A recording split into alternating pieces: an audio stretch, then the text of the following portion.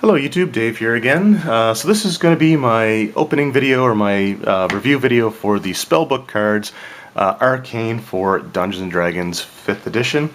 A couple things that I want to say just at the start of the video is, number one, I apologize that this video is being published the day after I had stated when I did my video for the Cleric cards. I was hoping to have it out on Friday. It's being uploaded on Saturday. The reason for that is, unfortunately, I ended up where I live. We had some negative weather, some like ice and high winds and stuff like that, and it actually broke a power line where I live. And while they were fixing that power line, someone ended up driving into another power line on the same street. So we went for 21 and a half hours without power. So I wasn't home a lot. We were out for supper and just all these things. It was just really kind of crappy. So I lost an entire day. And honestly, I really wanted to focus my initial attentions on getting the Cast World review out, because that was something that had been sent to me a while ago, and I've been trying to get to it, so the Spellbook cards got pushed back a day. Also, I'm just going to open up the packaging here just to show you. As you can see, these ones don't have the cellophane wrapper on them. The cellophane wrappers for the decks are here, and the reason for that is I recorded the entire opening video where I, opened them up, did all that, and it was about a 15 to 20 minute video, and my camera didn't record it properly. So when I go to play it, like if I go to the play option on the camera, it just shows as a blue square and says that it cannot play the file. So I lost that entire video, which really sucks, but I'm going to just go through and do this one kind of quickly. So the first thing I'm going to do is just probably dump the cards out. And of course I chose the one pile that I didn't really want. So here we go. So I'm just going to set those aside so you just kind of have your background here. What is kind of neat is it shows the symbol for all three of the different classes supported, which are, for this one, the Arcane classes are Sorcerer, Warlock, and Wizard, which is, again, pretty cool. I want to thank everyone who did comment on my Spellbook cards Cleric video with the blank card, because the blank card was intentional. All the sets that people have gotten have them in there. And I guess they are designed for like homebrew spells, or if you're using spells from a new product that don't have their own set of cards out yet, or if you're even using like playtest material from like Unearthed Arcana, if they were to do any spells. This product here also has a bunch of these blank cards, which is cool, except for the one thing that again was a bit of an issue with them when it came to the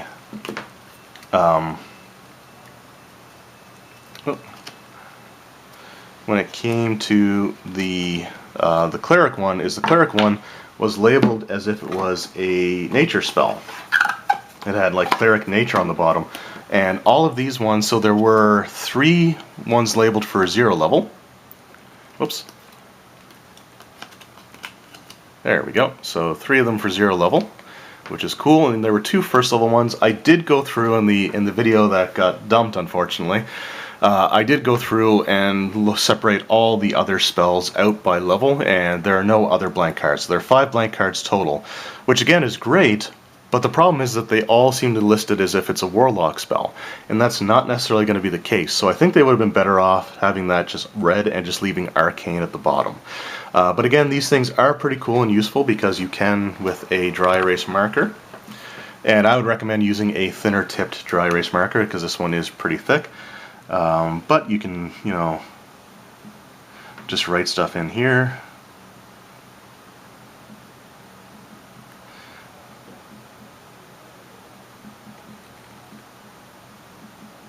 So again, it can be hard to kind of read this here, but you got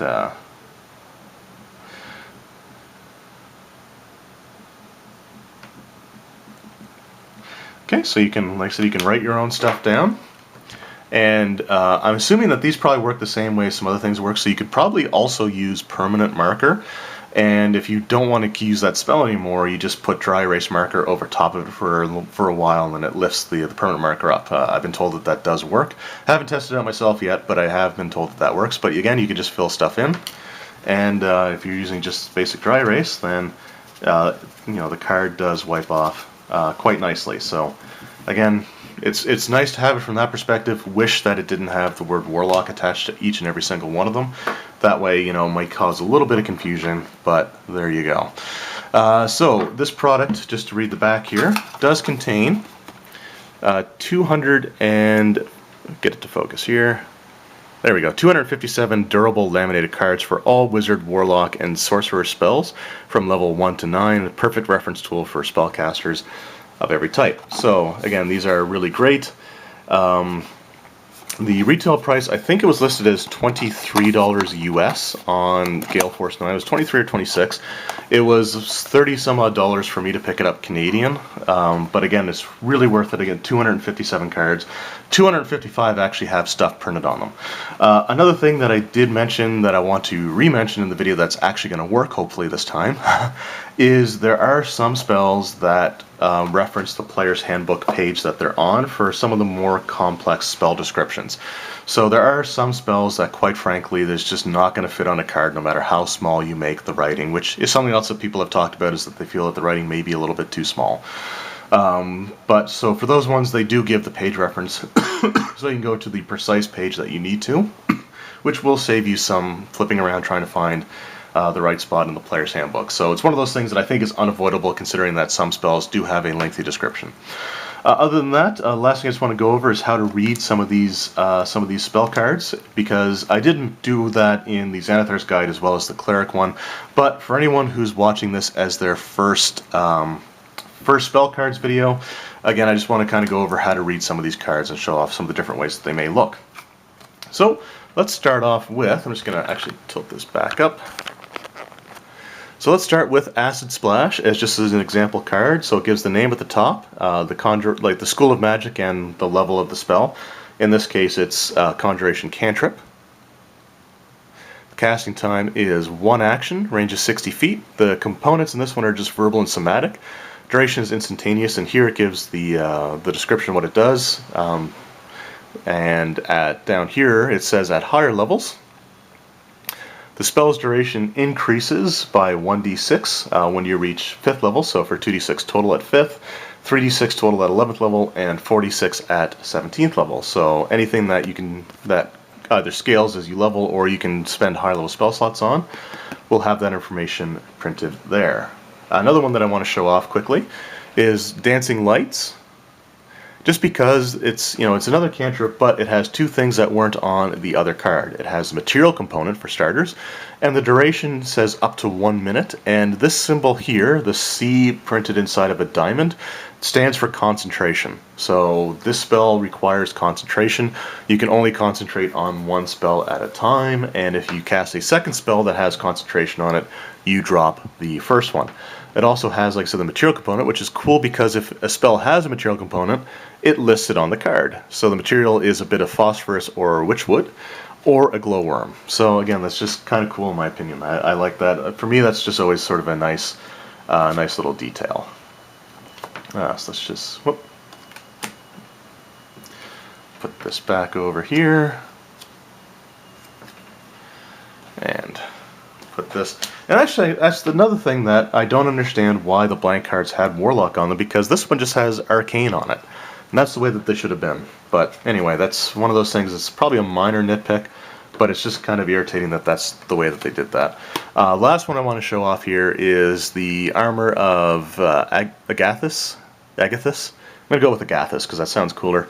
So this is just first level spell, has first on the back. The other ones just had the 0 for the cantrips. And all the spells would have their level printed on the back as well as up front on the card here. It has a material component on it as well, which is a cup of water. But the reason I want to show this one off is because this one you can use higher level spell slots on. So this one says,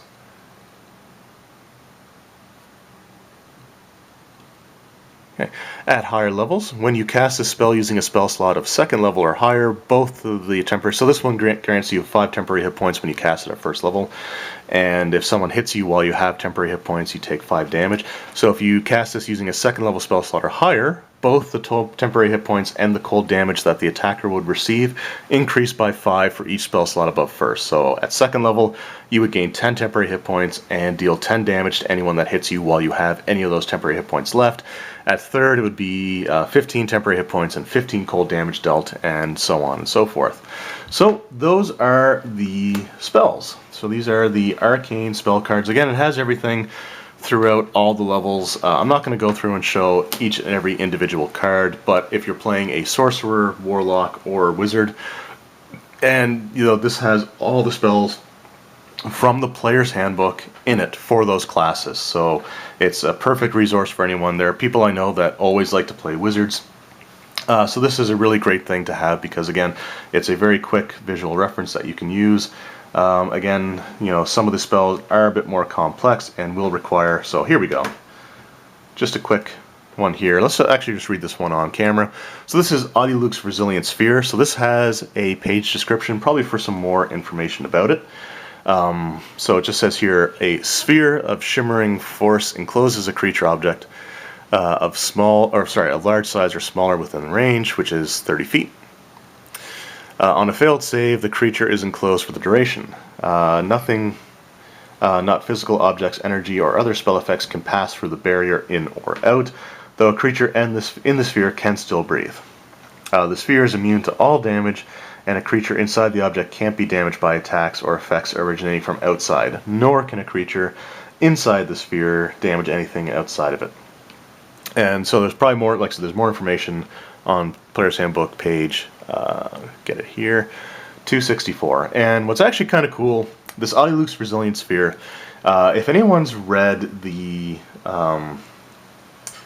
War of the Spider Queen novels that were done for Forgotten Realms, series of authors, 6 different authors, each wrote a single book for it. It was really cool, but there was one really awesome combination of spells that I thought was really neat. So one of the arcane caster this big battle was going on. He cast a delayed blast fireball, and so it just had the bead of light went out, and it stops for a certain number of rounds until you say, here you go. This was also under 3rd edition rules, so I don't know if delayed blast fireball requires concentration or not.